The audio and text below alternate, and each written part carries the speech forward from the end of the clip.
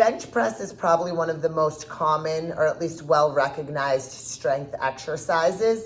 And many people want to include this in part of their workout, but most people feel like they cap out with how much weight they can bench press because of their strength. They're just not quite strong enough. They don't have enough muscle to be able to bench press more. Well, in today's video, with these 3 tips, I'll show you that it's not about being stronger or having larger muscles that'll make your bench press better. These 3 tips will change the way you set up, the way you activate the muscles, and ultimately the amount of weight you can lift. So if this is something you guys want to learn more about, follow along. So our very first tip for improving our bench press has nothing to actually do with the barbell, the bench, and the weight itself. It has more to do with what muscles we're focusing on activating during the exercise. Most people, when they bench press, they think about what's called the concentric phase, or basically pushing the bar up towards the ceiling, right? It's a bench press. That's what most people are concerned with or think about. There's not much thought that goes into what's called the eccentric phase, or actually lowering the bar to the chest. Most people who are new to bench pressing will just bring the bar down and then try to press it back up. But our muscles act like elastics. And what we want to do is we want to focus on stretching that elastic, our muscles, as much as possible to maximize the potential energy. And then as we drive up towards the ceiling, contracting that elastic or our muscles to maximize the force we can create. So for our first exercise, we are going to be using a light resistance mini band. So you don't want to do this with anything too heavy. It's actually a pretty challenging exercise if you do it correctly. If you don't have a band, don't worry about it. You can do it without a band around your wrists. This will just help give you a little bit more resistance to simulate the movement a little bit more. We'll start off by taking the band around your forearms and laying down on your back.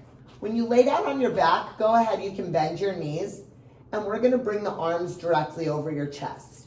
What I want you to do from here is rotate your palms to face your feet, almost as if you were actually grabbing the bar for a bench press. From here, I'm going to pull the band to my chest. I'm not lowering my arms and bringing the band to my chest. I'm pushing wide with my wrists, and I'm using the muscles in my back to pull the band to the center of my chest, then slowly bring that back on up to the start position. So again, I'm pulling the band apart, pulling it towards my chest, and then controlling back up. If you guys can see, I'm actually shaking a little bit as I pull this down. It's a challenging exercise.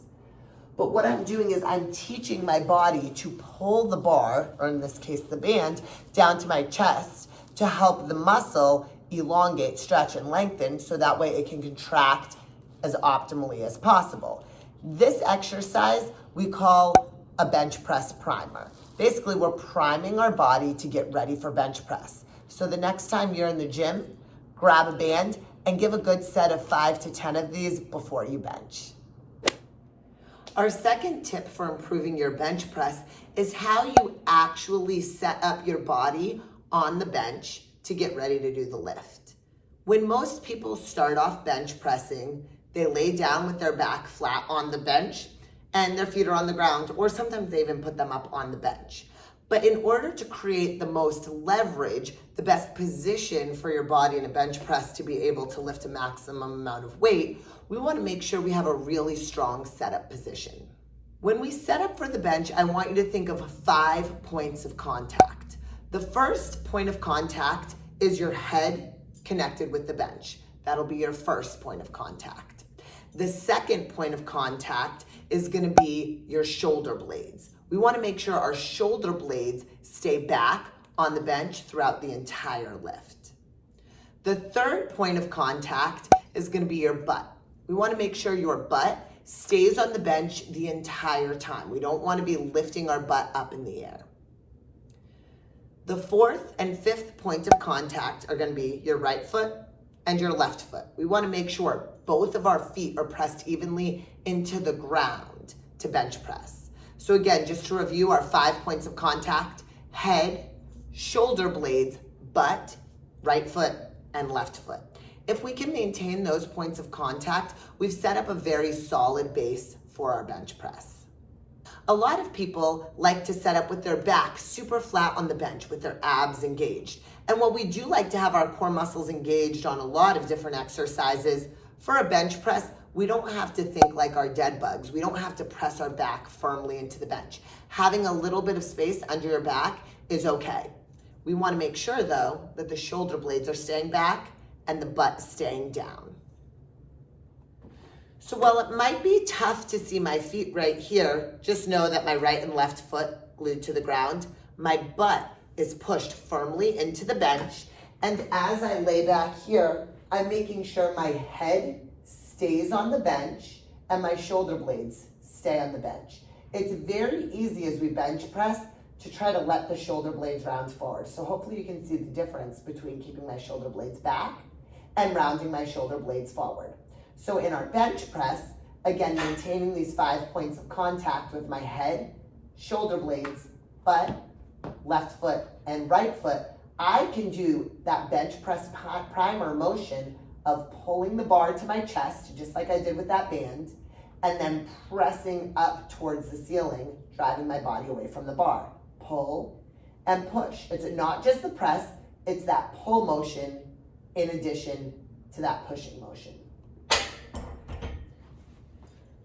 So as you do your bench press the next time, make sure you maintain those 5 points of contact throughout the entire lift. The third and final tip for improving our bench press is how we set up our body relative to the bench and relative to the bar. If we set up crooked, if we set up too far in one position or another position, our body is going to start off from a weaker point and make it a lot harder to lift more. This is probably the most important tip for people who are new to bench pressing, is to make sure you set up at a good position so that way you can get a good lift in. So when you set up, especially if you have a bench like this one where the bench is freestanding and there's an adjustable rack, we want to make sure that your bench is in the center of the rack, not shifted one way or the other, and that it's not diagonal. We also want to make sure that there's a little space for our head behind the bar itself. We don't want the top of the bench to be directly under the bar. We want it a little bit behind. Once the bench is set up, we can set up the bar. It might take a little bit of time to figure out what the right height for the bar is, but you want to be in a position where when you're laying on your back and holding onto the bar, your elbows are slightly bent. If they're too bent, the bar is set up too low. And if you can't quite reach it, the bar is set up too high. So this might take a little bit of trial and error to set the bar up at the right height. The next piece is how we set up our bodies relative to the bar. So as we lay down on the bench, we want to have our eyes directly under the bar. Oftentimes when people set up, they set up way up here. So as you guys can see, the bar is over my belly button. Sometimes people will even set up way down here. So now the bar is up over the top of my head. To get in that optimal position, we want to set up with our eyes directly under the bar. From this position, when I lift the bar up and over my chest, I'm clearing the rack. I'm not at risk of hitting these hooks, but rather I can bring the bar straight to my chest and up without any restrictions. In addition to that, we want to make sure our hands are evenly placed on the bar. You'll notice all lifting bars have a combination of a smooth part as well as what's called a knurling, a rough part.